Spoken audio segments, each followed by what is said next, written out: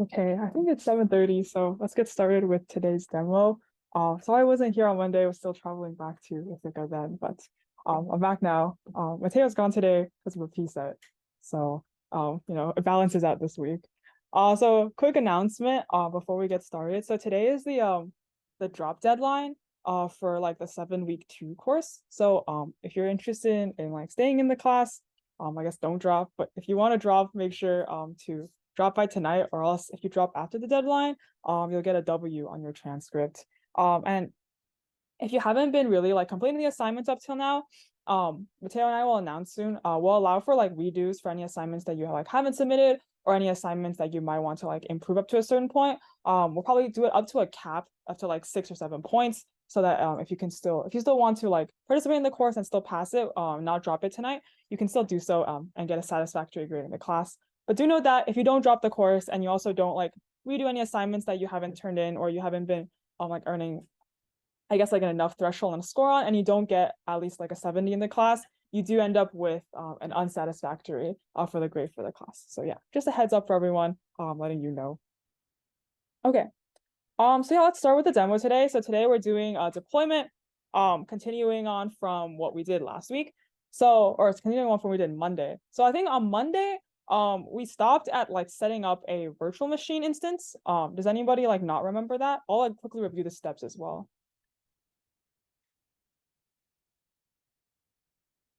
Okay, just for like a brief review. So essentially you should have gone to like Ed, and then there's like an announcement on Ed where you can, I guess like reclaim your Google Cloud credit. So then you get your Google Cloud credit, you should activate it. If you weren't here on Monday, let's like show the Ed post. It's just this one. Just click this, and then you should be able to like enter in your email to like get the credit that you need. Then what you did next was you started a project on Google Cloud. And then once you started a project, you can then like go into that project and create instances of VMs. And VMs are virtual machines. So essentially, we're running a computer on our local computer that essentially simulates the server that we end up running our apps on. Does anyone have any questions up to that point? Okay, does everybody have this sort of screen pulled up? Okay, I'll give a few seconds for everybody to get here. And feel free to ask a question if you don't know how to get here.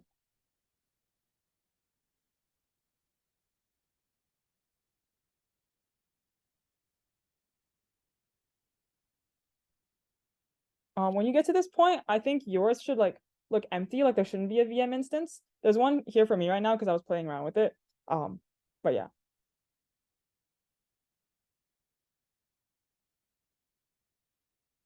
Oh yeah. I have an issue when I'm trying to sign into cloud.google.com. It says we are sorry, but you do not have access to Google developers. Oh, Contact your organization administrator. have you claimed the credit from the Yeah. You should have got a couple of emails. Can I see this?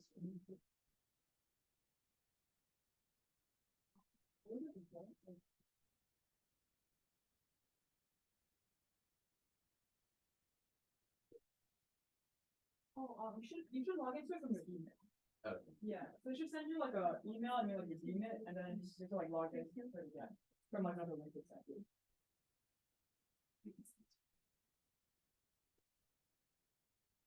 Okay, so I'll just get started really quickly. If it's still like not working, we can try to look like kind of figure it out after class, and this will be posted as well, so you can like refer to it later on. Okay, so first, let's go back into creating an instance of a VM. So we just hit create instance here at the top, and then we can give it a name. So let's just call this. Why is this not working?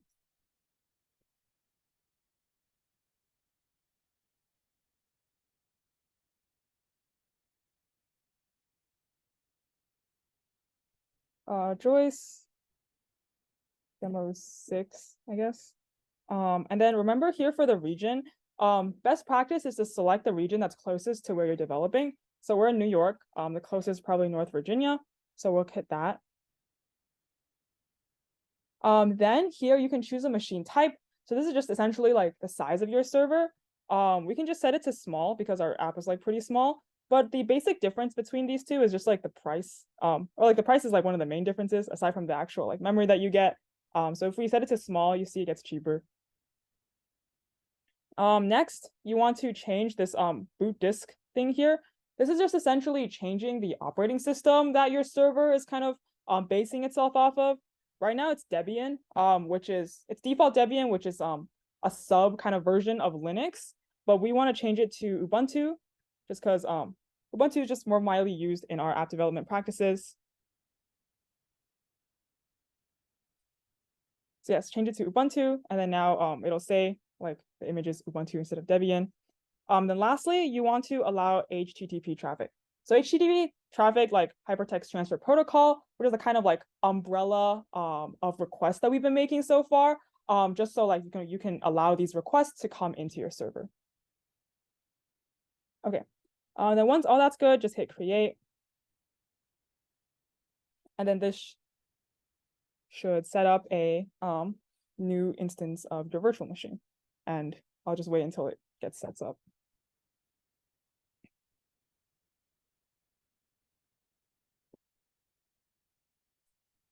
Okay.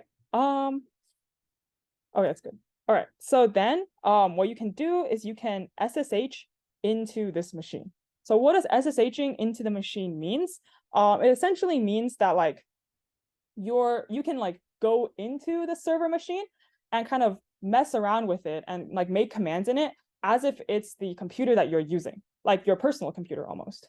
So if we hit SSH, there should be a new terminal that pops up. It says SSH in browser, but basically once this finishes loading, it'll be a terminal that we can use, very similar to the terminal that you've been using throughout the course on your own personal laptops.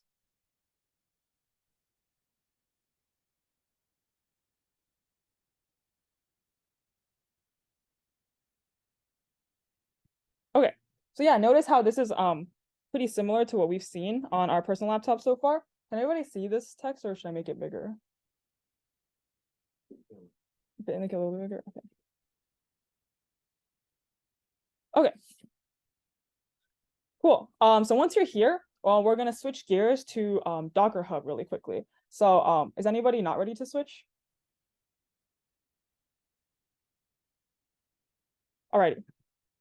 So switching over to DockerHub. So last time, in demo 5, right, when we like build our Docker image, and then we ran our Docker image, or like we ran the container, the live instance of our app that wasn't like on our local host, we didn't use DockerHub, right? We did all of that on our local computer.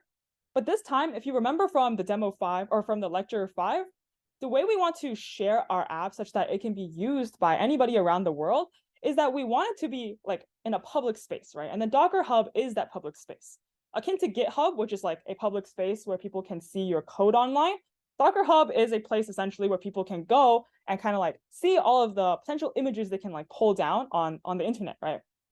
So if you remember from that same lecture, what we can do is we can create an image, right? Push that image to Docker Hub, and then use the server computer in order to pull down that image and then run that live instance of our app on the server itself, which is exactly why we just SSH'd into that server so we can like use that server machine computer almost such that we can perform that action.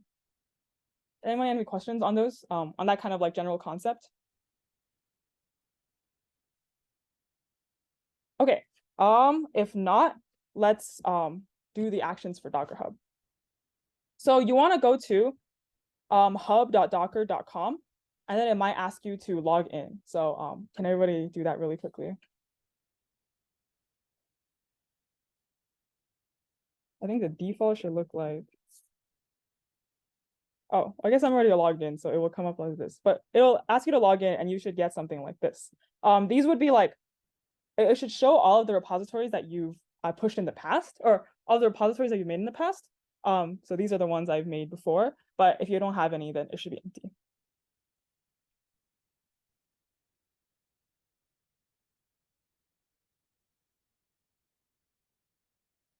Okay, so once you're at this screen, what you want to do is first create a repository, right? So there's this blue button here to create a repository, and then you just give your repository a name. Very similar to creating a GitHub repository, for example. So it's just Joycer Wu is my username, and then I'll call this repository demo 6. Make sure it's public, so anybody can like pull it if they want to. You can add a description if you want. Okay, so once you've made your repository, you should get a screen like this. And then now we can actually, push our code, or not push our code, but like push our Docker image to this repository in the same way we might push our code to a GitHub repository. So what we want to do here is, so here in the terminal, I am in my demo6 folder. I'll cd into my src folder. So very similar to what we did in the previous demo, we just want to build the image and then push that image to Docker Hub. So what do we do to build our image, right? We do docker build, and make sure you're in your source folder, or technically you can start it in any folder, but for the purposes of this demo and for like ignoring certain files, we'll start it in our source folder. So docker build -t.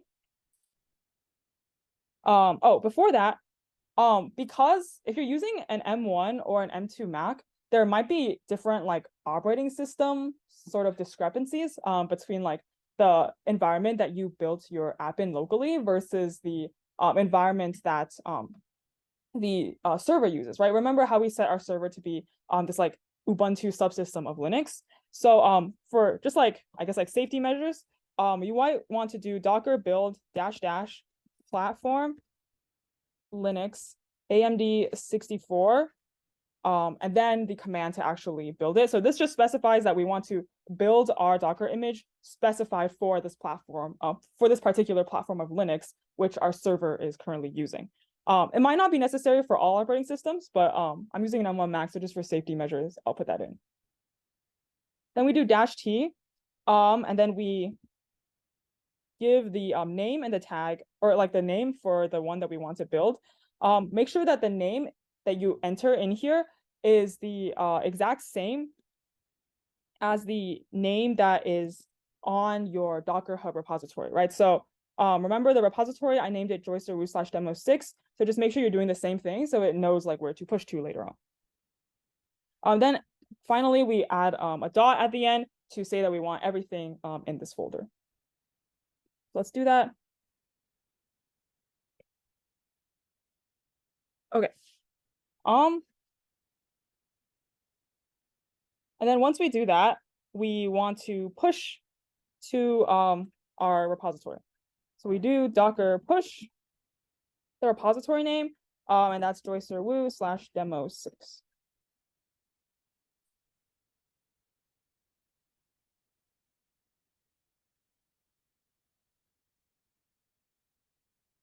Okay. And then if we go back to our Docker Hub, we should see that there should be something new that is pushed here. And you'll see that here, something new has appeared. There's this like latest image that is pushed a few seconds ago by me, and that was the new thing that we pushed to our repository. Any questions there?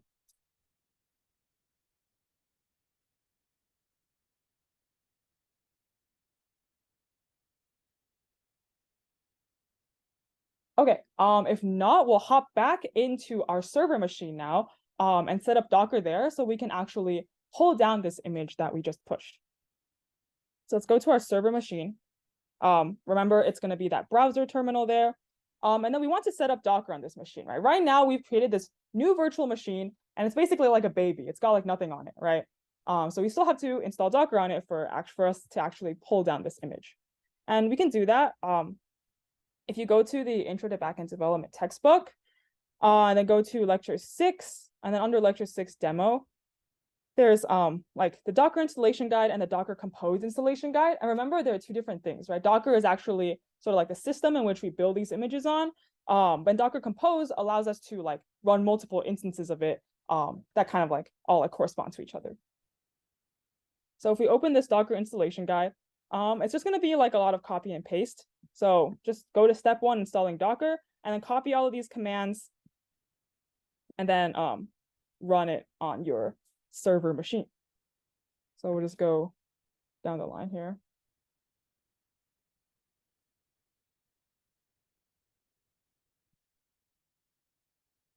Okay, so this part might just go a little bit fast because I'm just going to be attempting to copy and paste these commands.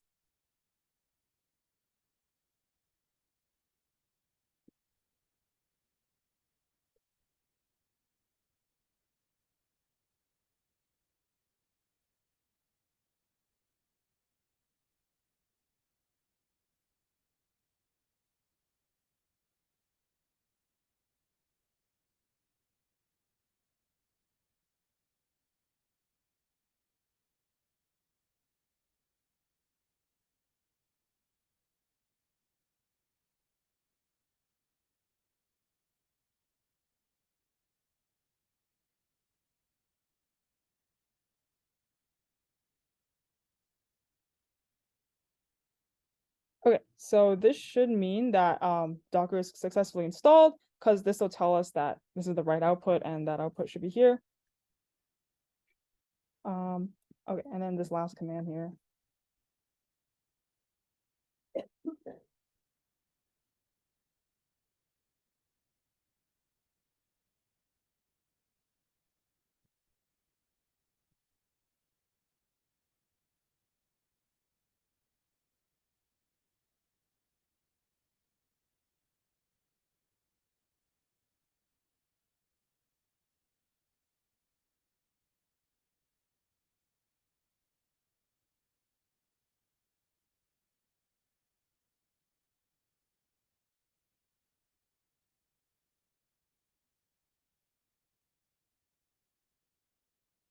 Okay, so you know you're good when I think all of it is installed. You can type Docker into this command line and you get some commands you can use.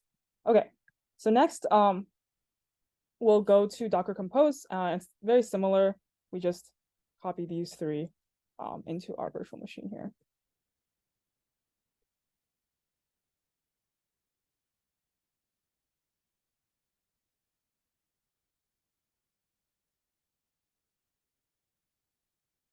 Okay, so with this output, Docker Compose is ready too. All right, any questions up until this point?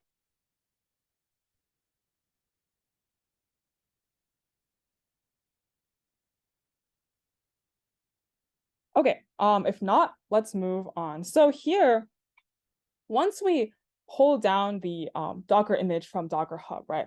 We need some like the similar instructions on exactly like how we want to like run this live instance of our app. So remember how in our local machine we had this Docker Compose file to help us do that, right? Similarly, we want to make that same file on our sort of server machine. So the way we do that is just Vim, which is like a text editor that you can kind of do in your terminal. So essentially, if you type in a file name, it'll create that file if that file doesn't exist. Otherwise, if that file does exist, you can go in and actually edit that file through the terminal itself. So we'll do Vim docker compose, the same name, so docker-compose.yml. And since that file doesn't exist yet, it makes a new one for us, right? It says new file down here. What we want to do is we just want to take this Docker Compose that we have here and then put it into the one in our server. Just make sure to change this image name such that it's the same image as the names that you just pushed. Okay, and then once we pasted that in, we can do escape. And then escape and then do :wq, which essentially saves this file that we just made. All right. And then the next step is to actually pull down that image that we just pushed up to DockerHub, right? So we can do that with a command. Okay. Oh, before I like type in the commands, just make sure that one quirky thing about like using the server as your machine is that you want to be the admin every time you kind of instantiate a Docker command. So just make sure you put sudo in front of all of your Docker commands, or else it might throw you an error. So just do sudo docker pull, and then the name of the repository, which is Joycer Wu demo 6.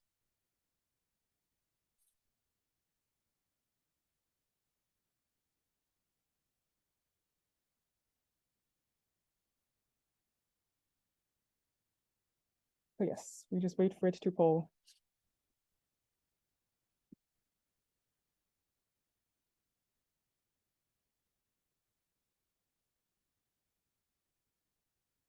All right, perfect. So now that the thing has actually pulled, we can run it, right? And the way we run it is we do sudo docker compose up -d.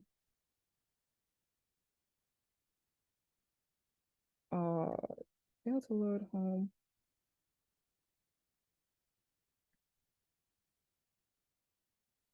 Oh, it might be that we have to create a env file, but all right.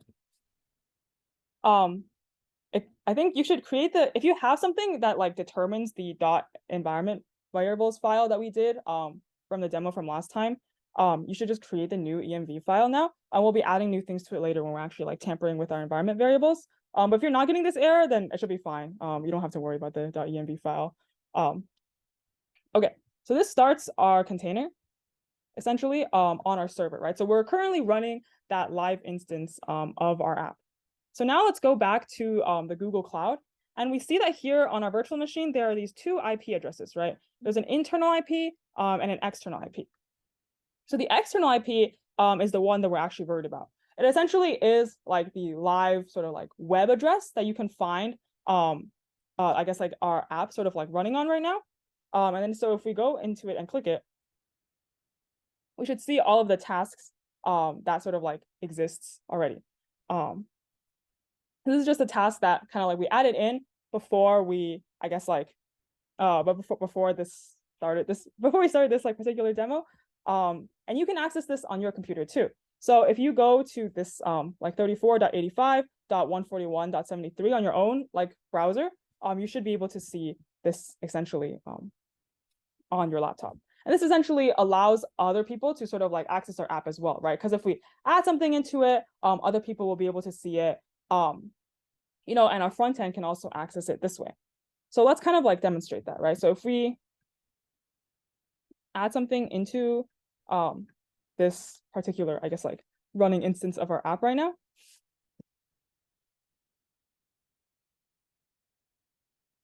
So here the URL would just be the actual IP address, right? Remember in the past, we've been running it on localhost, so we put in the localhost URL, but now we actually have a web address that we can actually send it to. So I think it's tasks. And then if we go into the body, and then this should be raw, JSON, like description, sleep, done, false. And if we send it, and then we refresh this page, we see that there's would be a second task that was added in. Okay, any questions up until this point? Yeah. Suggest you using Docker to get your app on the versus like just putting in a GitHub repository. Yeah. So I guess like Docker would technically allow you to run like multiple apps like on your local machine or like on the server machine. If you just use like GitHub to pull it down, you would just end up like running it locally as well. Wait, I guess you wouldn't technically run it locally, but I guess like another reason why you would potentially use Docker as opposed to like the GitHub version of just like cloning the repository is that docker-compose allows you to run potentially like multiple images. So essentially like multiple smaller apps that like build up your bigger app, which might not be possible if you just ran it locally through like a GitHub repo. Because like, for example, that code might exist in like the code for like a smaller app might be like one repo, which you can only run one at a time, right? Okay. Any other questions up until this point?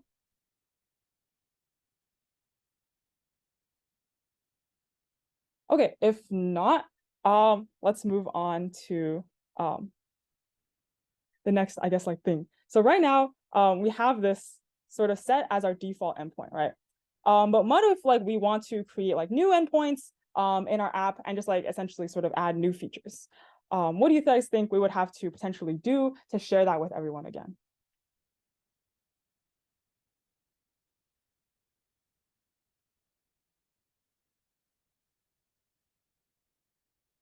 Okay, well, we might have to like redeploy it, right? Because if we're making a change to our app, we might have to like send out that new version to everybody again. So let's just go and create a change in app.py. So here, let's say we want to add like a default endpoint, right? Let's just call it hi, and this returns hello world. But here, if we go back into our browser and we refresh this, which is the default endpoint currently, we still only get the tasks. So because like when we save it locally, it doesn't get shared with everyone just yet. So essentially what we have to do is essentially redeploy it. And by redeploying it, we just go in, we just have to build the image again. So run this command to build the image again.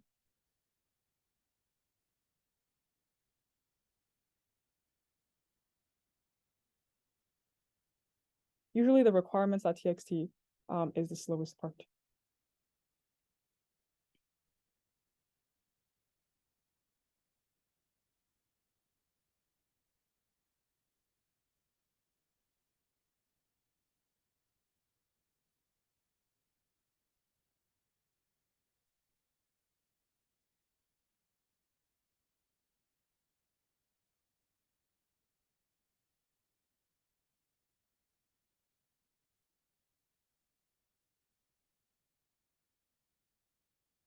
Okay, and then push it again to DockerHub. Okay, and then once we push it to DockerHub, if we refresh this DockerHub page,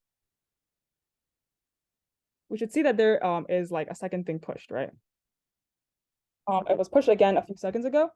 So what we want to do here is to pull it again from our server's machine.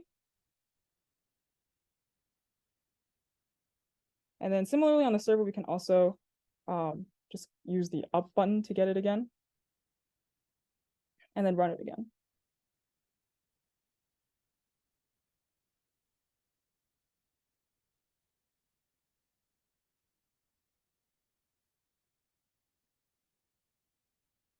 Okay, so once we've run it again, if we go to our server and hit the default endpoint, we should see hello world instead of the tasks. But if we hit the endpoint that has tasks, it should have the original tasks. Okay, but does anybody notice like something different here, like a problem maybe? Have the number of tasks changed? Okay, yes, because then we added a second task, right? We added a second task to go to sleep, but after we like redeployed it, we made a change and redeployed it, that second task is now gone, which shouldn't be the case, right? We actually, if we want to like redeploy our app, if we want to like send out a new version of our app, what already exists from people shouldn't just disappear like that, right? So the way we solve this is with something called Docker volumes, which essentially allows for consistency and sort of the remembrance of information between like shutting down the container on our server, like turning it on again, as well as being able to like redeploy it and keep the information the same. Okay, does anyone have any questions before we try to touch on volumes?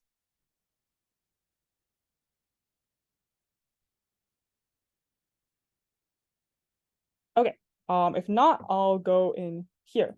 So first, what we want to do is on our server, right? We want to create a new file called todo.db. Now, why is this? If you remember, when we ran this app on our local machine, we used a file todo.db to actually store all of our information, right? So we want to do the same on the server. So to make a new file without like adding anything into it, you can use the vim command again, and just like not add anything and then exit. But you can also do touch todo.db. So we'll just do that. So if we ls, then we've seen that now we have two files in our like directory here, right? We have the Docker compose as well as the todo.db. Okay. Secondly, we want to change the Docker compose YAML on this particular server. So instead, if we vim into docker-compose.yml, we want to add something. Oh, so press I to insert into vim. And then we want to add something here called volumes. And then this should be so /home/woojoy707/todo.db. And I'll explain what these components mean, right? After I've typed out the whole thing, /users/app/instance/todo.db.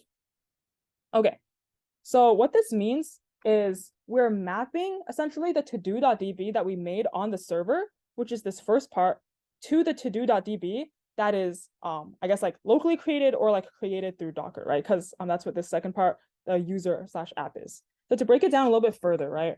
If I exit out of this and save, we see that here on the like server machine, I'm in the directory home/woojoy/707. So if you have something like different at the front here, make sure to type that in instead. And then we just made the file todo.db, right? Similarly here in our Docker file, we have that the working directory that we're making essentially our thing in is user/app, which is essentially what we see here on that second part. To-do.db is made in an instance folder. So that's why we have this instance part here. Any questions up until now?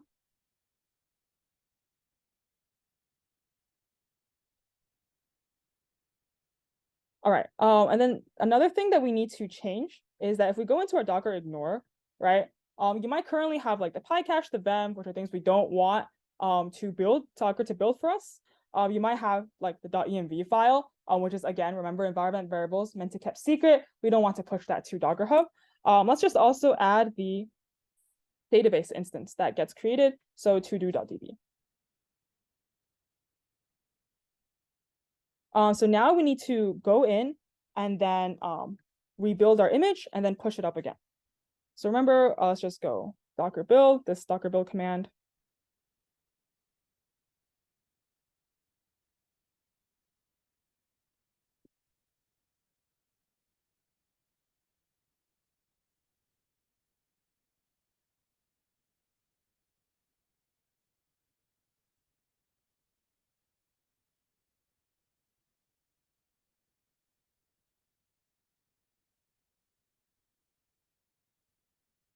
Oh, one thing I did forget to mention earlier when I was building my image is the concept of like tags. So whenever time you build like your Docker image, you can also create like a tag associated with it. That tag might label like different versions of your Docker image. But the default tag that Docker assigns to like the most recent image that you created is latest. So if you remember going into here, this tag has something called like latest, right? And then when we Docker compose up on our server, the one that gets actually like composed up and like spins up the live instance of the app is the one with the tag latest. So that tag kind of, I guess, a concept might come in useful for you if you have like multiple Docker images and there's one specific one you want to run. And the way that you can like set the tag is by doing this, like the same command, but then just after you put the name, put a colon, and then put the name of the tag that you want here. So it might be something like that, if that's what you want to tag it. And if you want to tag it, like you want to change the tag of some Docker image, just do docker tag and then type the name of your Docker image with the like original tag and then the name of your Docker image with the new tag, just like without the brackets, but like syntactically what we did before. So this just might help you if you have like multiple Docker images and you want to tag a different one to run to set as latest. Okay, I guess like aside from the tangent, jumping back into the actual pushing part. So we'll push it up.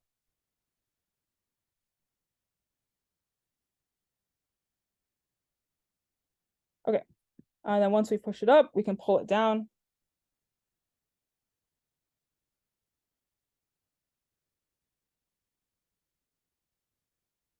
Okay, and then now we can spin it up again. Oh, I think before we spin it up, I need to add a new task in here or else it won't show up. Let's see if we can still do that. Okay. So let's spin up the newest version of our app.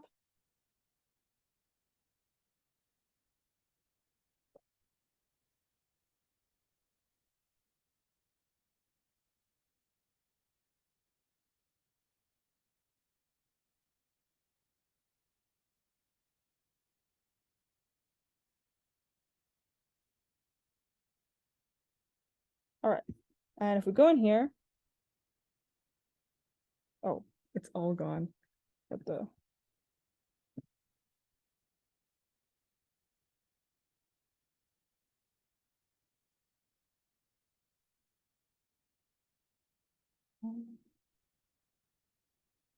wait, I'll try adding one again. Then please spin it. To like unspin the like instance of the app, you can do sudo docker compose down. And hypothetically, if we compose down and then compose up again, that first task that's in there should still exist.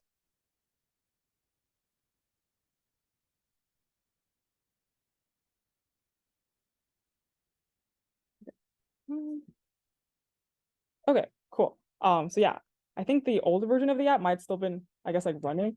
So usually if you have the right like volume set up, if you compose down and then compose up again, sort of like what you had in there should still exist and nothing, I guess, like should be deleted to maintain database persistence. Okay. Anyone have any questions there?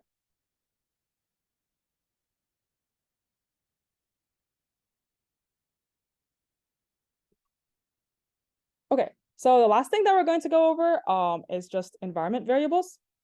So if you remember from demo 5, environment variables are just sort of like secrets that you might want to keep on your computer that you might not want to like share with other people, right? For example, this might be like login information like username and passwords. You might need that to like, for example, get into a database, but you wouldn't want to publish that with the world because then anybody can get into your database and tamper with your data, and we don't really want something like that. So with environment variables, what we need to do is create this .env file.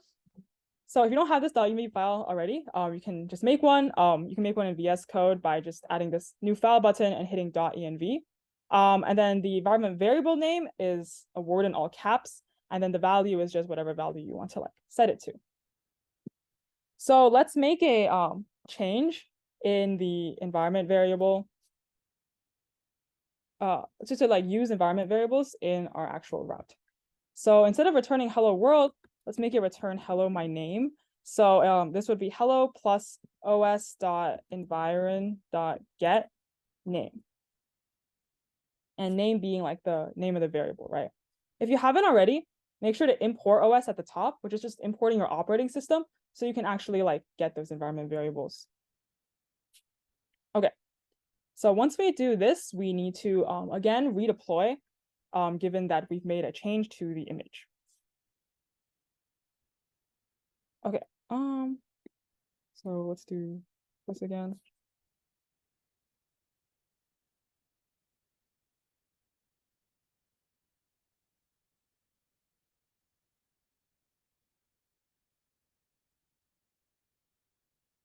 I don't know why this unironically takes forever. I feel like it should take less time, and it has taken less time before, but oh well.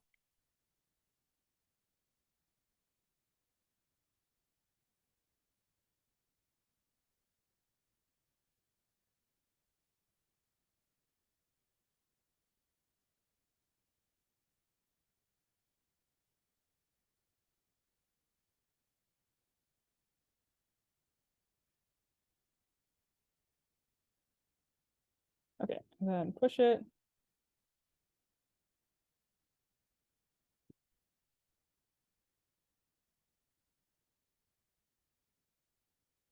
Pull it.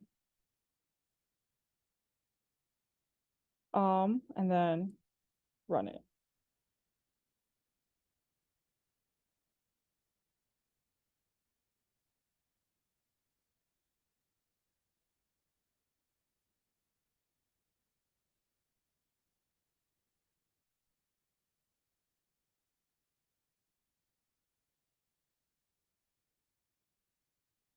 Oh, okay, that's good.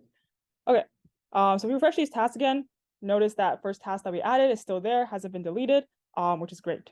So if we go into the default endpoint with just a slash, okay, so we get a type error here, right?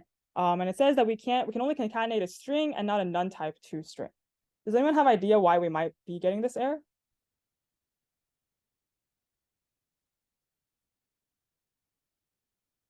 Yeah. Yeah, right.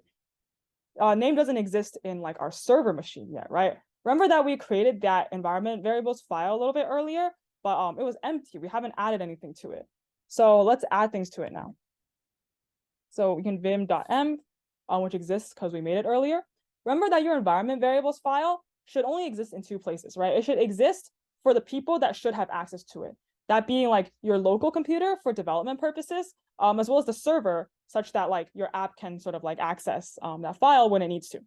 It shouldn't exist on Docker Hub, right? Where everybody can see it, and that's why we include it in Docker Ignore. So if we just add it, so we have name. Oh, name should be in insert mode. I forgot to press I. Name is, I say Joyce.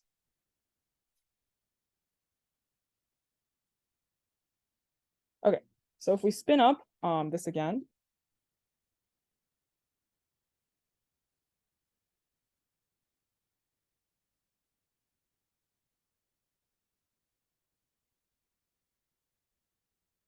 okay, cool. I'll spin this up again and refresh this. This should work now. Okay, yeah. So it says hello Joyce. I did forget to put a space here, so there is no space. It's just hello Joyce, one word. Yeah, so this is how it can actually access the environment variables. Note that like if the environment variables here is different, so here I put juice, right? If we try to hit the default endpoint in Postman, so let's just duplicate this, save this, and then just hit the default endpoint here. Or I guess we had to like spin up like a local instance of it. But supposedly if we hit like the default endpoint on our computer versus hitting it on the actual server itself, the name that shows up on like our local thing might be juice, right? Because it grabs from whatever is or from the environment file currently in the environment, which is why the one on the server says Joyce, whereas the local one will probably say juice. I'll spin it up if there's like enough time at the end, because we have a quick activity that we want to do. Okay.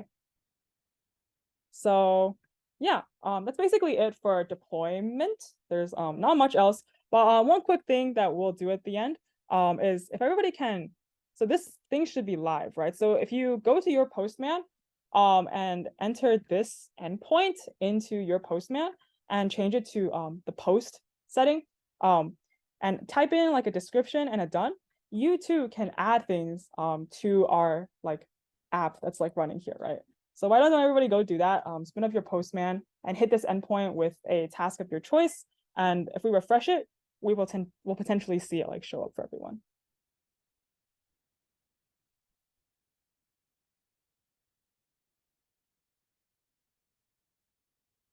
Oh, and as everybody is doing this, I just wanted to make a quick note of something that could be helpful to you when you're like deploying your app for Hack Challenge.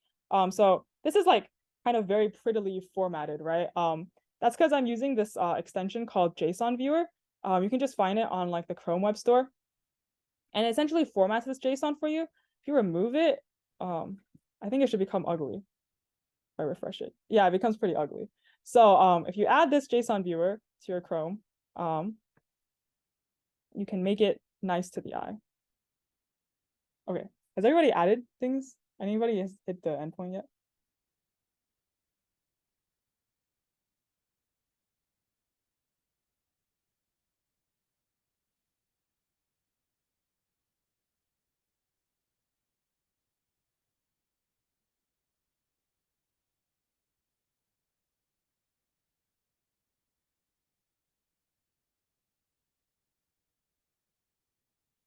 Okay, somebody said win a Kahoot, so it is there. Anybody else?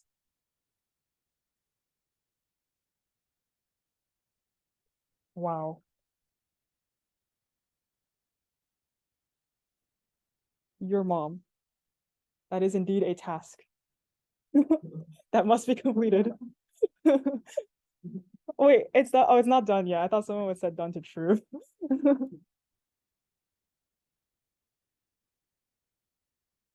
Okay, cool. But yeah, so basically this is how you essentially deploy it, and you can see how everybody can use it now, right? Because everybody can sort of like add something into this to-do list that we've created here. Okay. Anybody have any questions on anything we went over today?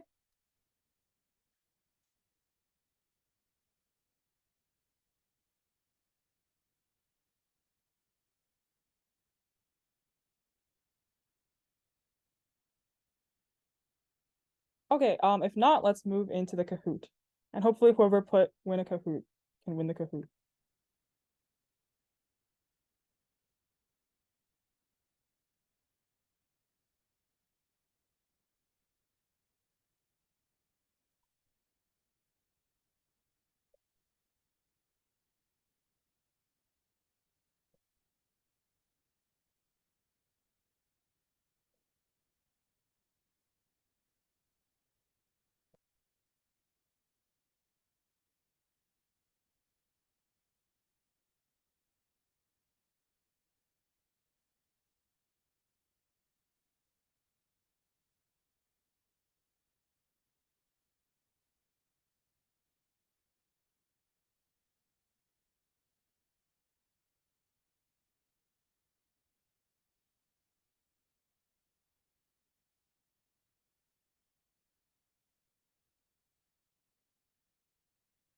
Is there anybody not in?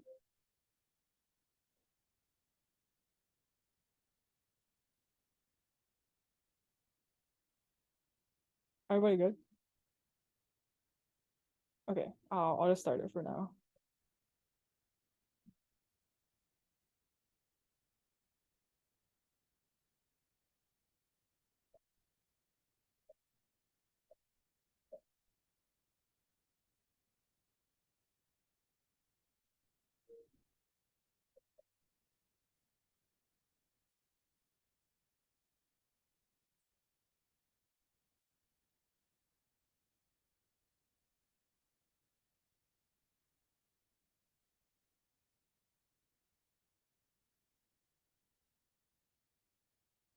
Okay, yeah, nice. So they're just like key value pairings. The key value pairing, the key being the variable name, the value being the value of that variable. Things that you don't want exposed to the internet and should just be kept secret for whoever should have access to like the contents of that file. Remember, it should really only exist on your local machine and on the machine of the server.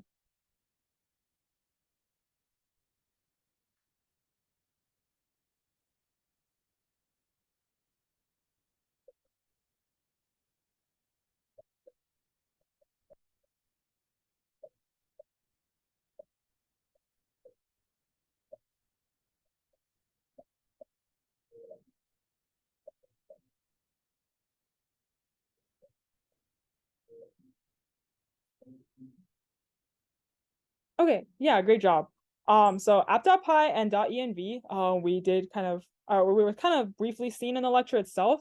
For docker-compose.yml, I might have not go over this in depth, but essentially what you need to do is in our docker compose file, right? There should be something, you should add something under like the demo kind of header for the M file that you want to read your environment variables from. So that would be .env. I think that's probably the reason why we had that error earlier in the demo, where like it told me that like the .env file didn't exist or something like that. Because if we go into this Docker Compose, you want to have it here too, right? Such that you know what environment variable file to read it from. And if it doesn't actually exist, then it might throw you an error because it's like, oh, I don't really know like where this file is.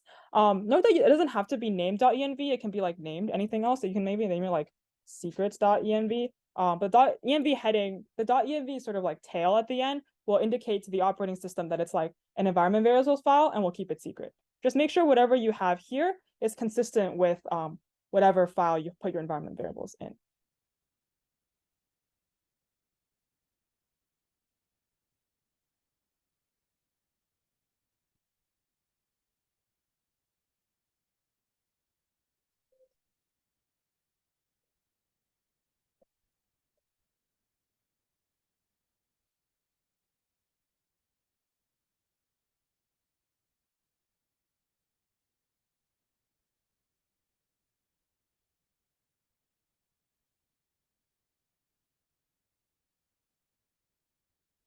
Okay. Yeah, so this is a close one, but essentially Docker ignore and git ignore tell you what to ignore when we actually like push to the hubs, right? Similarly, how I was talking about how we don't want our environment variables to be like published on the internet.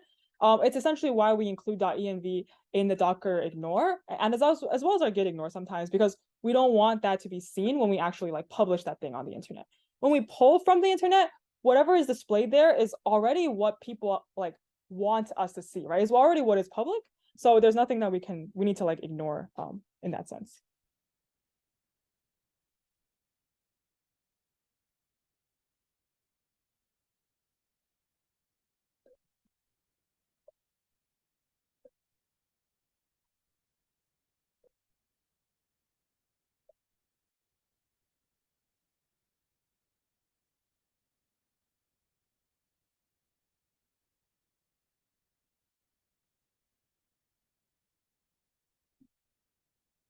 Yeah, great job. So remember how in the demo, essentially, I've been running sudo docker compose up in order to spin up that live instance of our app.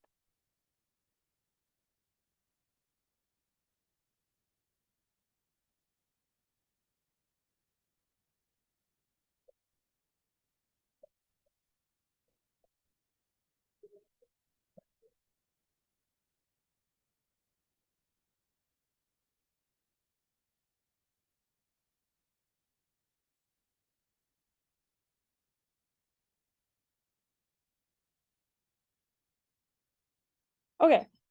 So essentially volumes is the thing that we added into our Docker Compose file such that we kept the data going, right? Remember how when I didn't have that like tag that was added there, we added a second task to like go to sleep. But when I refreshed it after like turning off the app sort of, or like composing down the app and then compose up the app again, it didn't work. Or also like when I like redeployed the app, all those tasks were like gone, right? But after we added volumes and we added it in that file of to-do.db, that lived outside the container, which is essentially we put it in that local server machine, right? We were able to kind of like map those two files to each other such that, you know, the data still stays even after we like spin down the app or even after we redeploy a new version of the app. And this is good for us because if we redeploy something new, we don't want all of our users to just suddenly like lose their data. And remember the way we sort of like do this is if we go into, oh yeah, this is our docker-compose.yml file that's in the browser, and we add in a tag for volumes where we map the server's file to the file that is like storing our information elsewhere. Okay, is there one more question? Is that it? Okay, that's it.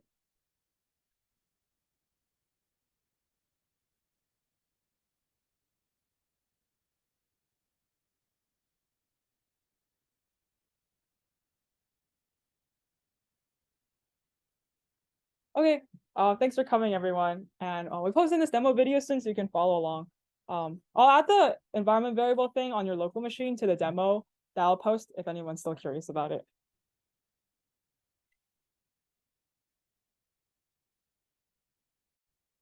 Hi, everyone. Just want to add a quick appendix to demo 6. A thing I said I was going to sort of show in lecture with regards to the environment variables, that they really only like source in the variables that are defined in your given environment.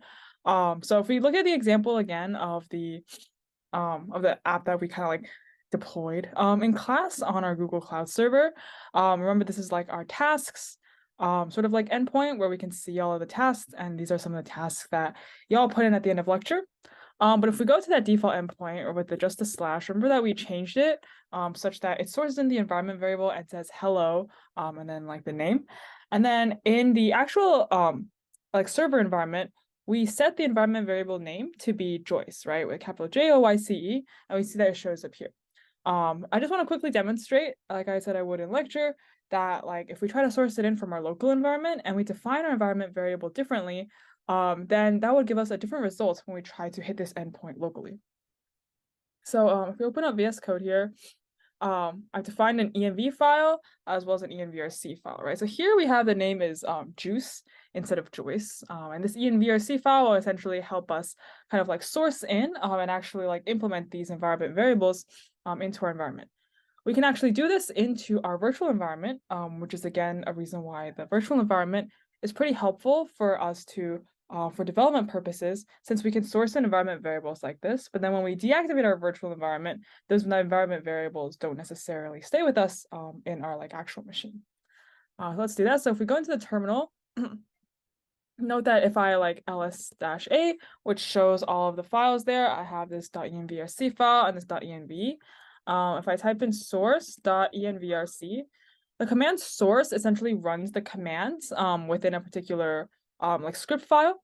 And in the .envrc file, it has the script export name equals juice, which is actually a script, which is actually like a command that you can also put into your terminal. So sourcing it would just run this command.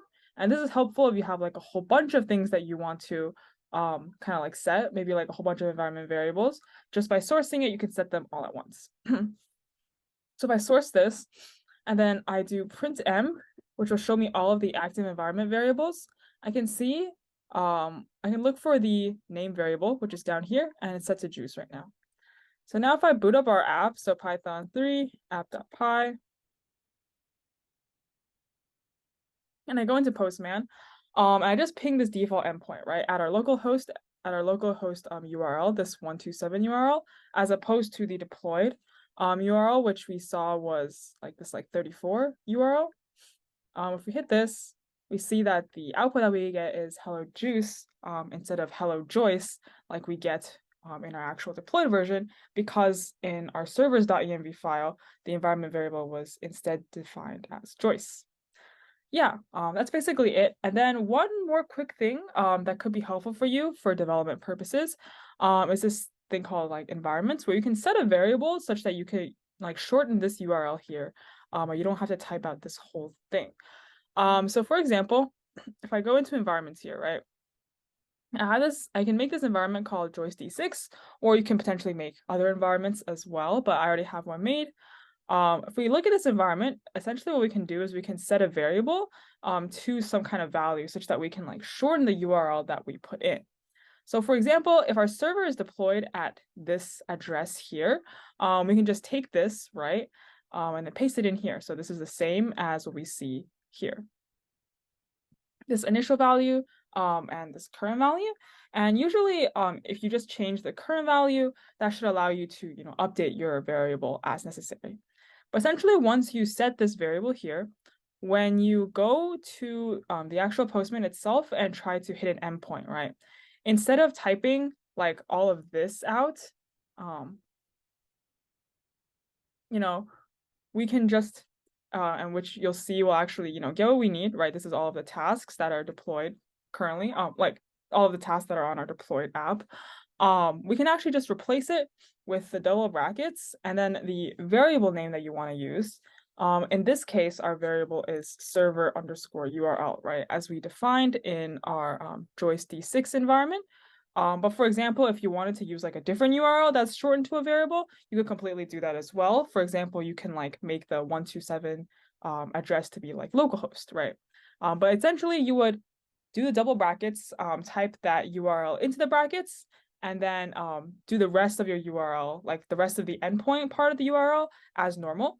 And then up here where you can like, where it says no environment, you want to do the drop down and then choose an environment, right? So we'll choose joyce-d6. And then if we hit this, we see that we also get the same output of all of the tasks that people have put in on our deployed server. So yeah, that's just like a shorthand to kind of help you with saving time on development and just not having to, repeat the URL a billion times around. So yeah, hope that comes in handy for you as well. That's basically it. So yeah, good luck on assignment 6.